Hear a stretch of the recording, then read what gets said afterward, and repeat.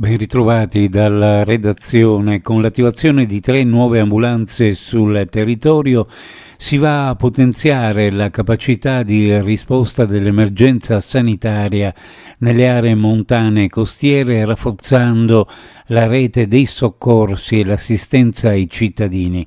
Un'ambulanza avanzata è già operativa a Sappada per il periodo estivo e rimarrà in servizio fino al 30 di settembre.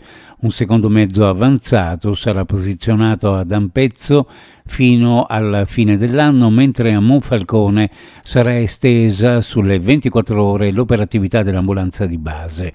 Gli interventi di questi mesi consentiranno di stabilire il beneficio per il prosieguo delle attività.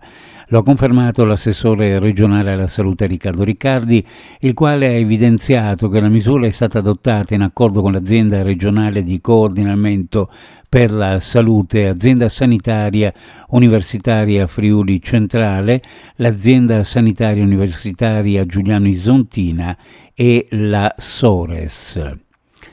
Gorizia 2025, la regione Friuli Venezia Giulia, su proposta del vicegovernatore con delega allo sport Mario Anzil, ha approvato 2 convenzioni legate a Go 2025 Nova Gorizia, Gorizia Capitale Europea della Cultura 2025. Il primo accordo riguarda il comitato regionale FICAM che organizzerà l'evento Go 2025 e il Tacchioe, una manifestazione multidisciplinare a squadre miste con tappa in Italia e in Slovenia e gestione bilingue che coinvolgerà circa 300 ragazzi e ragazze under 12 in judo, lotta e karate.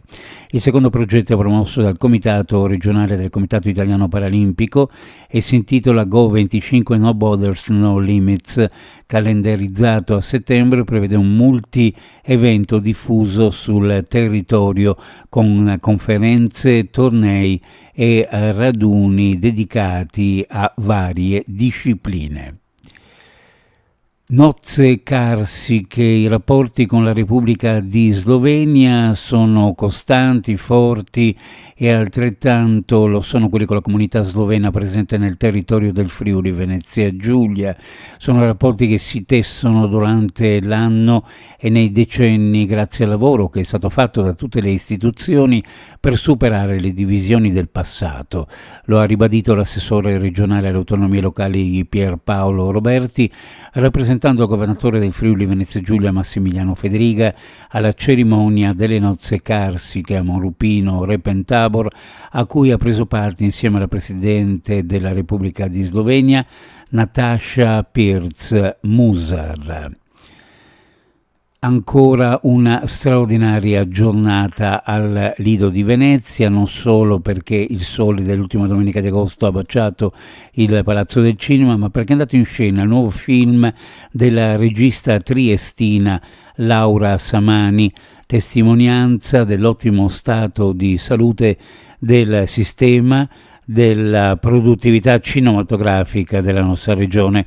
Lo ha dichiarato il vicegovernatore del Friuli Venezia Giulia con delega alla cultura Mario Anzil a margine della premiere veneziana di Un anno di scuola.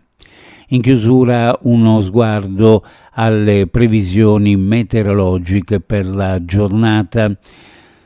Per quanto riguarda il Friuli Venezia Giulia, sulla costa cielo in prevalenza poco nuvoloso, in pianura e nel Tarvisiano variabile, sulle prealpi e in Carnia da variabile a nuvoloso, venti deboli, generale peggioramento della tarda serata. Per quanto riguarda le temperature, minime in pianura fra 14 e 17, sulla costa fra 17 e 20, massimi in pianura fra 25 e 27, sulla costa fra 23 e 25 gradi centigradi.